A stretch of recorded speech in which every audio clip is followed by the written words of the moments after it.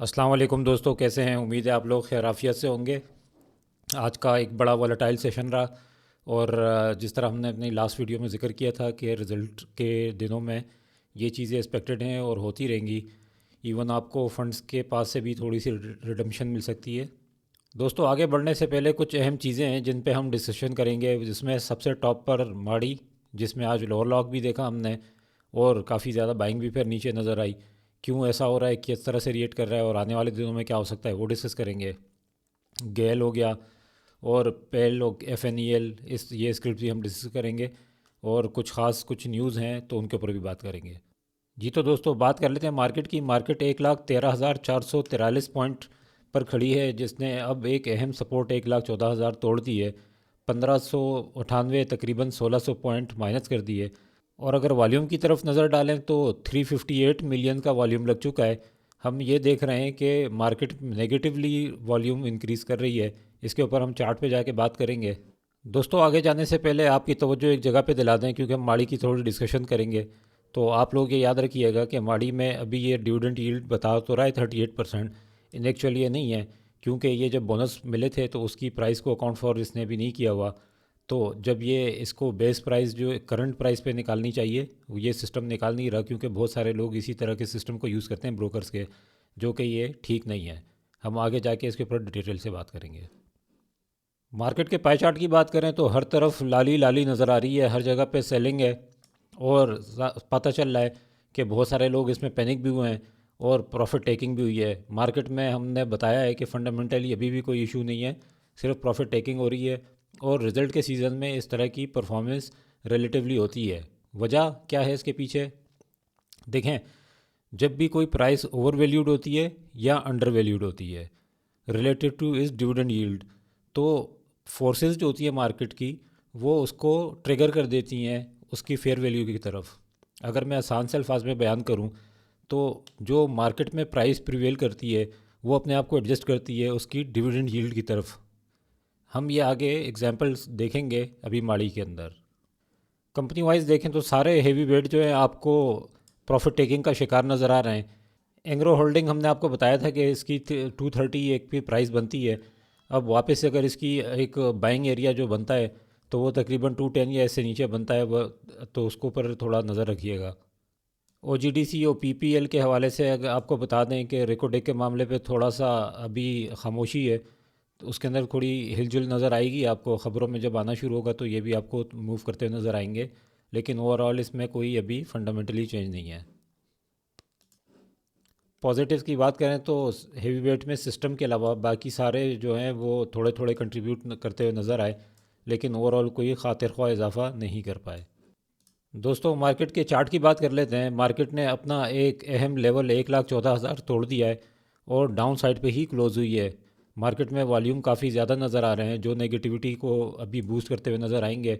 Market के पास अभी 1,11,000 का लेवल है जो आपने नज़र में रखना है और जिसकी वजह हेवी वेट स्क्रिप्ट ही बनते हुए नज़र आ रहे हैं। देखें, पाकिस्तान की इकोनॉमी के हवाले से कोई अभी नेगेटिव न्यूज़ नहीं है, सब चीज़ें अपनी जगह पे इंटैक्ट हैं। स्पेकुलेशन होती रहती हैं, लेकिन जो आप लोगों से हमने जिक्र किया था कि इंटरनेशनल पॉलिटिक्स पे आपने नज़र रखनी है, वो ये कि डोनाल्ड ट्रंप के ओथ के बाद पाकिस्तान की स्टैंडिंग कहाँ होगी और वो उनकी खारजा पॉलिसी में किस जगह पर प्रिवेल करता है एग्जिस्टिंग गवर्नमेंट और रिजीम को देख लेते हुए। तो ये एक अभी तक अनसर्टेनिटी है। जो ये क्लैरिटी आएगी तो मार्केट अपनी डायरेक्शन में चल पड़ेगी। दोस्तों, बढ़ते हैं स्क्रिप्ट की तरफ। पहला गेल को देख लेते हैं। गेल के अंदर देखें, इस वाली कैंडल पे हमने आप लोगों को बताया था कि जो इसने कैंडल की फॉर्मेशन की थी उस टाइम पे लग रहा था कि जैसे इसने डिस्ट्रीब्यूशन की है। बहरहाल जो जिन लोगों को तो इस स्टॉप लॉस के साथ लेके निकल गए उन्होंने अच्छा किया। जो लोग अभी भी पोजीशन बना के बैठे हुए हैं उनको तो वैसे तो निकल जाना चाहिए था, लेकिन अगर अभी भी बैठे हुए हैं तो 400 रुपये आप एहतियातन स्टॉप लॉस रख लें इसका। और जैसे ही ये गिरे इससे तो आप फ़ौरन निकल जाइएगा, क्योंकि फिर ये 350 आने में ज़्यादा देर नहीं लगाएगा। दोस्तों, आप हमारी इसकी पहली वीडियो देखिएगा जिसमें हमने आप लोगों से क्लियरली जिक्र किया था इस तरह के कम फ्री फ्लोट वाले शेयर जो हैं बहुत जल्दी कॉर्नर हो जाते हैं और इसमें मैनिपुलेशन के चांसेस भी बहुत होते हैं। इसका एक और भी न्यूज़ है कि इनकी चेरी के साथ एग्रीमेंट ख़त्म हो गया है, तो इस वजह से इसमें थोड़ी सी नेगेटिविटी आपको मज़ीद नज़र आई है। दोस्तों, बात कर लेते हैं पेल की। पेल की एक फॉर्मेशन बनी चैनल के अंदर। अपवर्ड ट्रेंड में गया, फिर इसने एक एसेंडिंग ट्रायंगल भी बनाया, लेकिन ये एक बॉटम पे आके अब इसने इसको ड्रिल कर दिया है। अब चूंकि इसने इसको 40 को ड्रिल कर दिया है, तो आप लोगों ने इसको 38 के स्टॉप लॉस के साथ पोजीशन को होल्ड करना है। जो लोग हैं, नई पोजीशन इसमें अभी नहीं बनाइएगा, जिनके पास है वो 38 का स्टॉप लॉस रख लें। और अगर ये इससे गिर जाता है तो आपको 35 या 36 आने में टाइम नहीं लगाएगा। बेहतर ये है कि इसमें नई पोजीशंस अभी ना बनाएं और जो हैं वो स्ट्रिक्ट स्टॉप लॉस के साथ होल्ड ही रखें। टेक्निकली स्पीकिंग इसके पास डीसी चैनल की एक आखिरी होप बची हुई है, वो ये है कि अगर ये जैसे यहाँ से गिर गया नीचे की तरफ, तो आपके पास कोई और ऑप्शन नहीं रहेगा, क्योंकि सारे इंडिकेटर इसके नेगेटिव ही बता रहे हैं। आरएसआई भी बहुत ज़्यादा डाउन है, यहाँ पे कोई स्लो मूवमेंट रहेगी, इतनी ज़्यादा ट्रेडिंग के हवाले से अच्छी मूवमेंट दे भी नहीं रहा।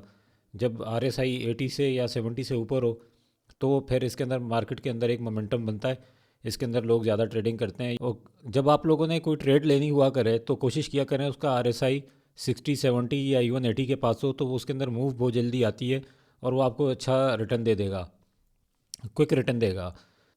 देखें, हमने अपनी पिछली वीडियोस के अंदर भी बताया है कि ट्रेडर हमेशा उन्हीं घोड़ों के ऊपर बेट लगाता है जो रेस में तेज़ दौड़ते हो, चाहे वो लंगड़े ही क्यों ना हो।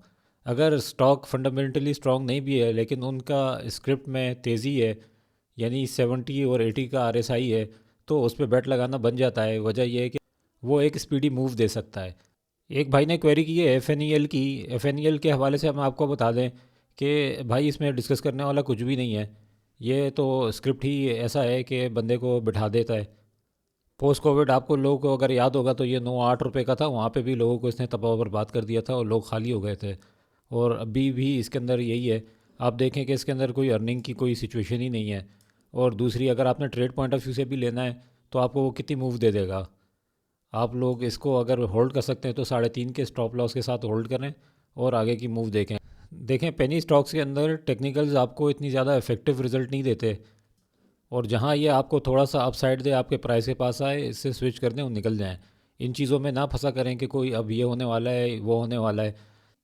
देखें, मार्केट का टॉप और बॉटम ये आज तक किसी ने नहीं पकड़ा, तो बेहतर ये हुआ करे कि इस स्पेकुलेशन पे कि इसमें ये होने वाला है, उसमें वो होने वाला है, तो आप इसमें से 5-10%, 20% बाद में आप उसको लूज़ कर जाएंगे ना। अपॉर्चुनिटी आप लूज़ करेंगे, कोई मसला नहीं, आप दे दें मार्केट को वो। लेकिन बाकी की मूव आप अटेंड करने के लिए पहले उसके अंदर कोई फंडामेंटली कोई चेंज आने वाला है तो उसको मटेरियलाइज होने दें, फिर आप एंट्री बनाया करें। पहले से आप लोग बना के किसी की बातों में आके और इस तरह से कर लेते हैं तो फिर फंस जाएंगे। और ये वो स्क्रिप्ट हैं जो कि लोगों को सालों साल बिठा देते हैं। इसमें हमने लोगों को लुटते हुए देखा है।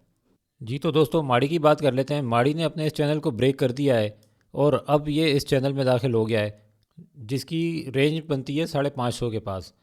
अब ये 550 के पास ही अगर ट्रेडर हजरात हैं तो इसमें आप थोड़ा सा जमा कीजिएगा, अदरवाइज़ यहाँ पे इसकी अभी एंट्री नहीं बनती। हाँ, दूसरी तरफ जो इन्वेस्टर हजरात हैं उनके लिए समझ लें किस्म का दरवाज़ा खुल गया है। अब वो आहिस्ता आहिस्ता इसको एक्यूमुलेशन कर सकते हैं, इसको जमा करने का इसका टाइम अच्छा है।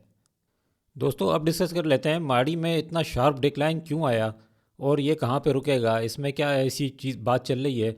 इनफैक्ट वो चीज़ तो हम अपने ग्रुप में आप लोगों को अपडेट कर दी थी, लेकिन हम चाह रहे हैं कि वीडियो के अंदर भी वो आप लोगों को बता दें इसमें क्या ऐसी चीज़ हो गई है जो कि ये एकदम से शार्पली डिक्लाइन कर रहा है, और क्या ये आगे मज़ीद गिर सकता है। दोस्तों, हमने जिक्र किया था अपनी लास्ट वीडियो में जिसमें हमने एक्सपेक्टेड डिविडेंड ऑफ मारी डिस्कस की थी। उसके अंदर हमने कुछ इस तरह की स्क्रीन डिस्कस की जिसके अंदर हमने आपको बताया था कि 98, देन 89 और 62। तो इससे हमें एक कंफर्मेशन आई थी कि हाँ कुछ ना कुछ तो डिविडेंड मिलता है, और हमने साथ में इसको ये कहा था कि फॉर सेफ्टी इसको आप लोग 9 से डिवाइड कीजिएगा तो तकरीबन वो 10 रुपये का डिविडेंड निकलता है। तो जिन हजरात ने अगर वो वीडियो नहीं देखी तो आप लोगों से गुजारिश है कि उसका वो वाला पोर्शन ज़रूर देख लिएगा।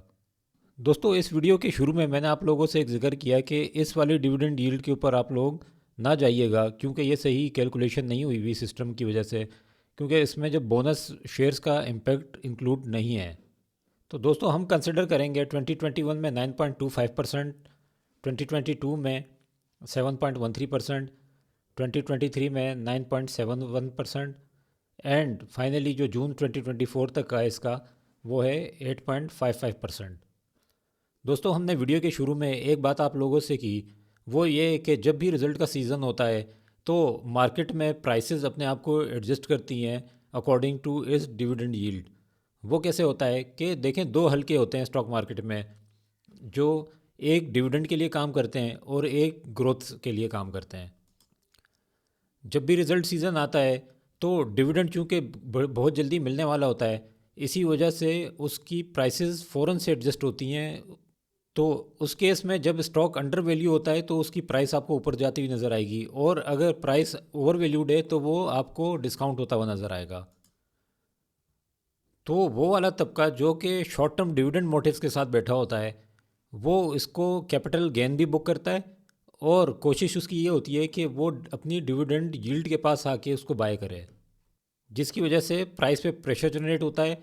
और तो ग्रोथ और डिविडेंड मोटिव वाले जब प्राइस की इंटरेक्शन करते हैं तो कुछ फैक्टर वो ग्रोथ का उसके अंदर छोड़ देते हैं और डिविडेंड यील्ड का भी फैक्टर छोड़ देते हैं। अभी हम इसको एक प्रैक्टिकल एग्जांपल के साथ समझते हैं कि माड़ी में बेसिकली परफेक्ट एग्जांपल बन रही है वो हुआ क्या है। ये वही डिविडेंड यील्ड हैं जो हमने पिछली अभी थोड़ी देर पहले डिस्कस किए हैं। इनका एवरेज बनता है 8.66%। और अगर हम ग्रोथ फैक्टर भी ले लें, और अगर हम ग्रोथ पर्सपेक्टिव भी ले लें शॉर्ट टर्म से, जो कि डिस्काउंट रेट अभी 13% है, तो जाके 10% के आसपास बैठती है। दोस्तों, अगर हम इसकी लास्ट ईयर के डिविडेंड का देखें तो आप लोगों को पता चलेगा कि इसने दिसंबर में जो अनाउंस किया था 98 रुपीज़ का किया था, और जून में 130 रुपीज़ का किया था। टोटल 228 रुपये पर ईयर इसने डिविडेंड पे ऑफ किया है। अब अगर हम इसको अभी जो इन्होंने 800% बोनस दिया है उसके हिसाब से एडजस्ट कर रहे हैं तो 28 रुपये 50 पैसे पर ईयर इसका डिविडेंड बनता है। अगर हम इसमें ग्रोथ फैक्टर इंक्लूड कर दें जो कि इनकी एवरेज आरओई बनती है उस हिसाब से, तो आप देखें कि इसको 25% से अगर हम ग्रो कर रहे हैं तो ये 35 रुपीज़ बन रहा है। तो एक तरफ हमारा डिविडेंड ग्रोथ फैक्टर जो आ रहा है वो आ गया 35, और दूसरी तरफ हमारे पास एक्सपेक्टेड ग्रोथ जो आ रही है वो आ रहा है 9.79%। अब फॉर सेक ऑफ कैलकुलेशन आप 35.63 को डिवाइड कर दें 9.79 से, तो आपके पास इसकी डिविडेंड यील्ड प्राइस जो है वो 364 बनती है। दोस्तों, आज की क्लोजिंग प्राइस अगर देखें हम तो ये है 595। तो एक रेंज हमारे पास जो डिसाइड हो रही है, यानी 595 माइनस 364 तकरीबन 230 की रेंज बनती है। अब जैसा हमने आप लोगों को कहा कि मार्केट में दो हल्के हैं, एक वो जो डिविडेंड यील्ड की तरफ तो टिल्ट हैं और एक दूसरे जो ग्रोथ की तरफ हैं। इन दोनों के दरमियान इंटरेक्शन होगा और वो प्राइस को इस जगह पे या इसके पास लाकर कहीं ना कहीं सेटल करेंगे। तो दोस्तों, यहाँ पे आते हुए तो कम नज़र आती है, लेकिन वो इसके पास ही कहीं ना कहीं आके एडजस्ट करेगी। आप अपने जहन में इसी तरीके से इसको चला के रखिएगा, और जैसे ही आपको ये इन्वेस्टर्स के लिए एक अपॉर्चुनिटी प्रोवाइड करेगा कि जो लॉन्ग टर्म इसको रखना चाहते हैं वो समझ लें इस प्राइस से नीचे उनके लिए एक्यूमुलेशन हो रही है, और वो अपने लिए अच्छा एक स्क्रिप्ट रख सकते हैं जिसकी लॉन्ग टर्म पर्सपेक्टिव बहुत अच्छा है। करंट सिनेरियो में इससे नीचे जाना तो अभी समझ में नहीं आता। जो इससे ऊपर का बैंड होगा उसमें ये एक्यूमुलेशन का अच्छा चांस देगा आप लोगों के लिए, और जो इन्वेस्टर हज़र आते हैं वो एक अच्छे तरीके से इसको यहाँ पे एक्यूमुलेशन कर सकते हैं। तो उम्मीद है दोस्तों आप लोगों को क्लियर हो गया होगा कि इसमें जो आज जो शार्प डिक्लाइन आप लोगों को नज़र आया है उसकी वजह सिर्फ ये थी कि वो डिविडेंड यील्ड को एडजस्ट करने जा रहा है। इसके अलावा दोस्तों, मार्केट में थोड़ी सी अनसर्टेनिटी है अबाउट द रिसेंट चेंजेस, ख़ास तौर पर वो इनपुट टैक्स एडजस्टमेंट्स जो कि अनरजिस्टर्ड पर्सन को सप्लाईज़ की मद में होगी। तो ये इसके अलावा और भी दो तीन चीज़ें हैं जो मार्केट में भी चल रही हैं, लेकिन उसका इम्पैक्ट चूँकि नॉन फाइलर्स के ऊपर है और मार्केट में इतना ज़्यादा कोई इम्पैक्ट नहीं आता है इनका। तो आप लोग इससे कोई इतना ज़्यादा कंसर्न ना हो कि शायद नॉन फाइलर को इन्होंने बाढ़ कर दी है तो शायद इस वजह से कोई इम्पैक्ट आ रहा है। इतना कोई मटेरियल इम्पैक्ट नहीं है, क्योंकि मोस्टली सारे ही फाइलर हैं। जब एफबीआर की तरफ से कुछ एक्सप्लेनेटरी सर्कुलर्स आएंगे तो और क्लैरिटी आ जाएगी और मार्केट इसको अपने पास डिस्काउंट कर लेगी। तो उम्मीद है दोस्तों आपको ये सेशन पसंद आया है। अभी भी वो टेंडेंसी कंटिन्यू है कि मोर देन 50% हमारे व्यूअर्स सब्सक्राइब नहीं करते। उनसे गुजारिश है कि एक बटन दबा के सब्सक्राइब कर लिया करें। तो दोस्तों, अब तक के लिए इतना ही। मिलते हैं हम अपनी नेक्स्ट वीडियो में। अपना ख्याल रखिएगा। अल्लाह हाफिज़।